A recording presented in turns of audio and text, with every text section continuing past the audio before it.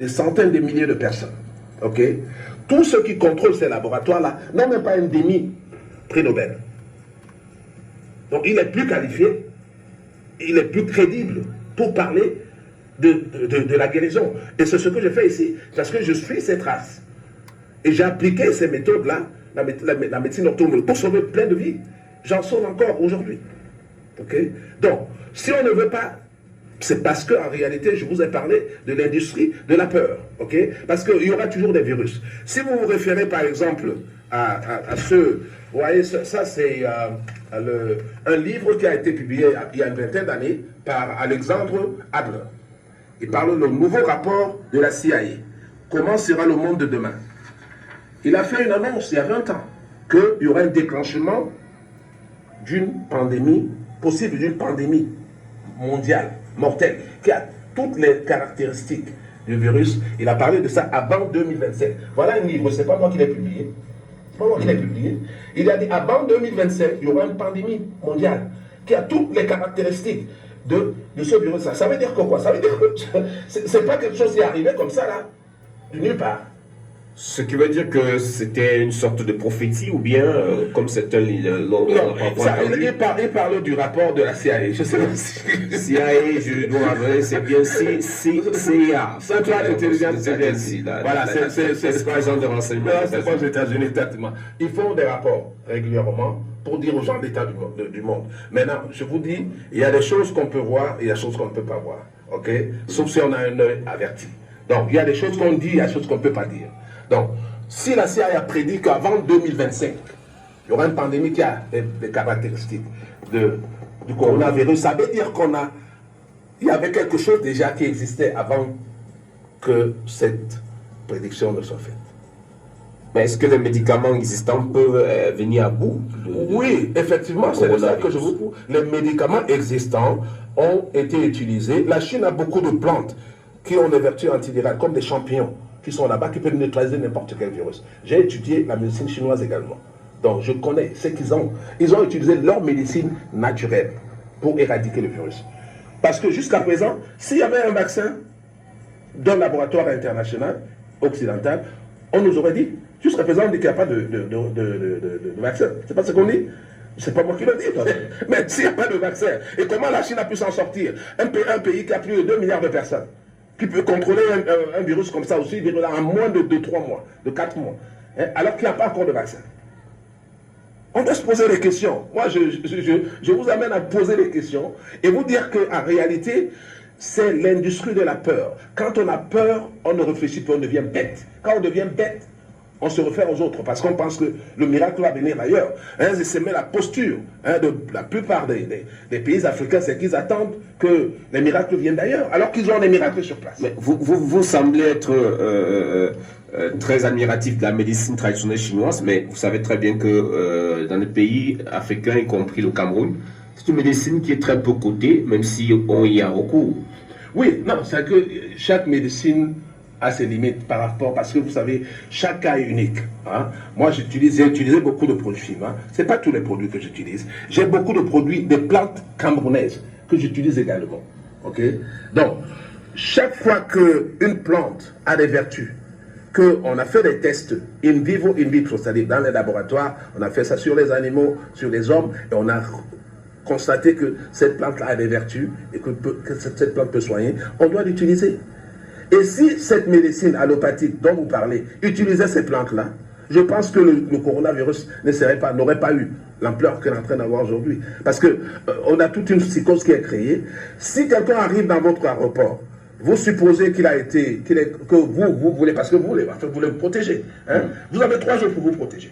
Okay? Donc cette personne-là, vous pouvez la tester, mais simplement la mettre en garde dans le cas où le virus est resté longtemps dans son corps. Hein? Mais je dis, on a 3-4 jours, d'après l'OMS.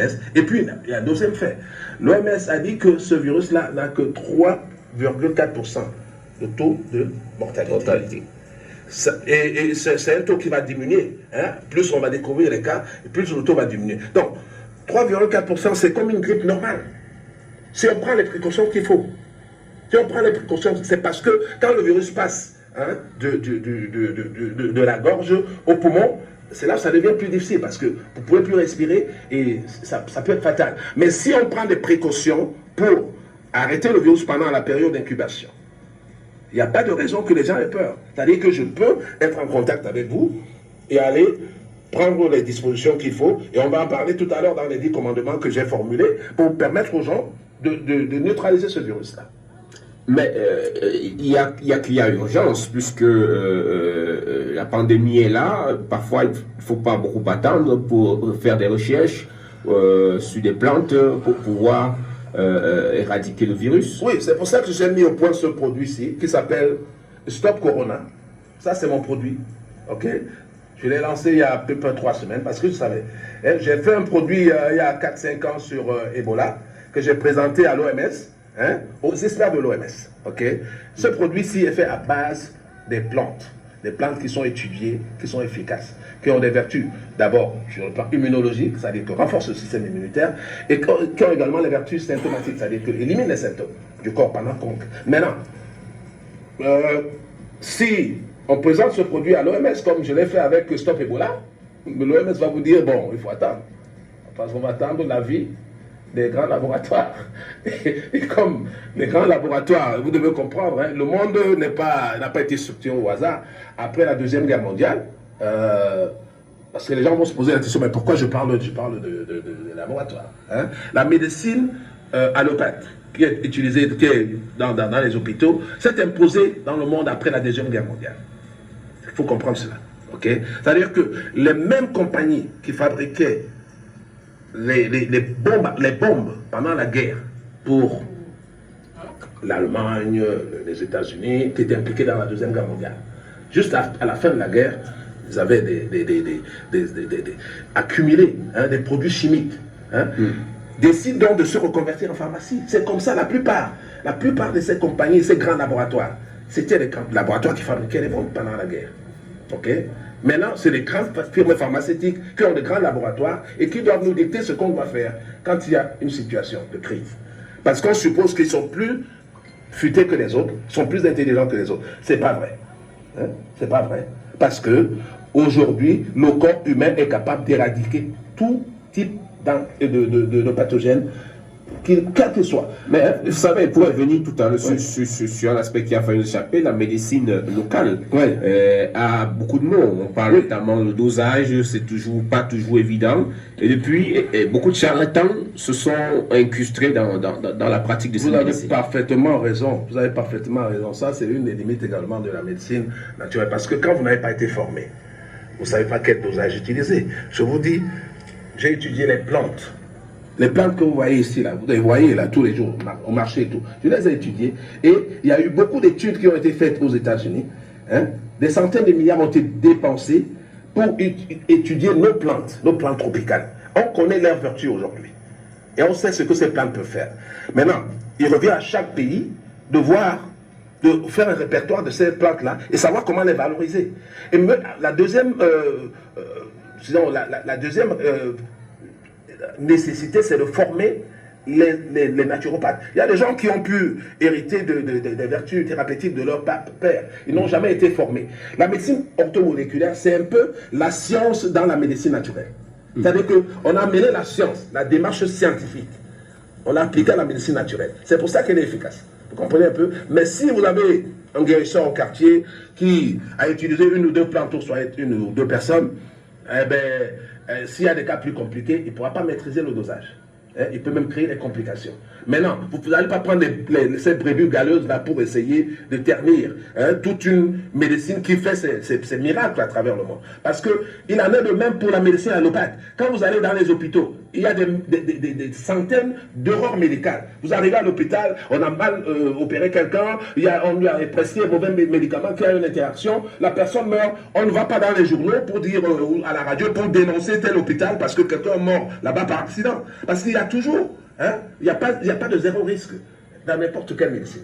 Mais ce qu'il faut, c'est reconnaître que sur le plan de l'efficacité, la médecine orthomoléculaire est au-dessus et de loin au-dessus de la médecine allopathe. Et d'ailleurs, moi, la plupart de mes malades viennent des grands hôpitaux de référence au Cameroun. C'est quand c'est compliqué qu'on me les envoie. Pourquoi? C'est pas l'inverse. Pourquoi? Alors, Si cette médecine était aussi efficace, mais on ne serait pas en train de m'envoyer les malades. Ils seraient en train de les soigner eux-mêmes. alors, docteur Charlson, on est confronté donc à une épidémie, à une pandémie, Oui. puisque cela a dépassé les stades d'épidémie. Est-ce que la médecine locale était prête pour venir à bout, ou elle était prête pour venir à bout et maîtriser ce genre de pandémie où la médecine allopathe essaie déjà de s'en sortir? Non, la médecine allopathe n'est pas en train de s'en sortir, ils prennent des mesures. C'est-à-dire que, bon, on peut contrôler. Il y a des gens, c'est en fonction, vous savez, en fonction des cas, ok? Il y a des gens les plus vulnérables, hein, c'est les personnes qui ont, par exemple, des troubles cardiovasculaires, ok? C'est les personnes les plus vulnérables. Que vous soyez jeune ou vieux, si vous avez des troubles cardiovasculaires, ça veut dire que votre système immunitaire est quand même fragilisé. Vous comprenez un peu? Il en est de même pour les gens qui viennent de suivre un traitement, par exemple, contre le cancer. Hein? Vous suivez la chimio, ça neutralise votre système immunitaire. Donc vous comprenez que ces gens-là sont plus vulnérables pour succomber au virus corona.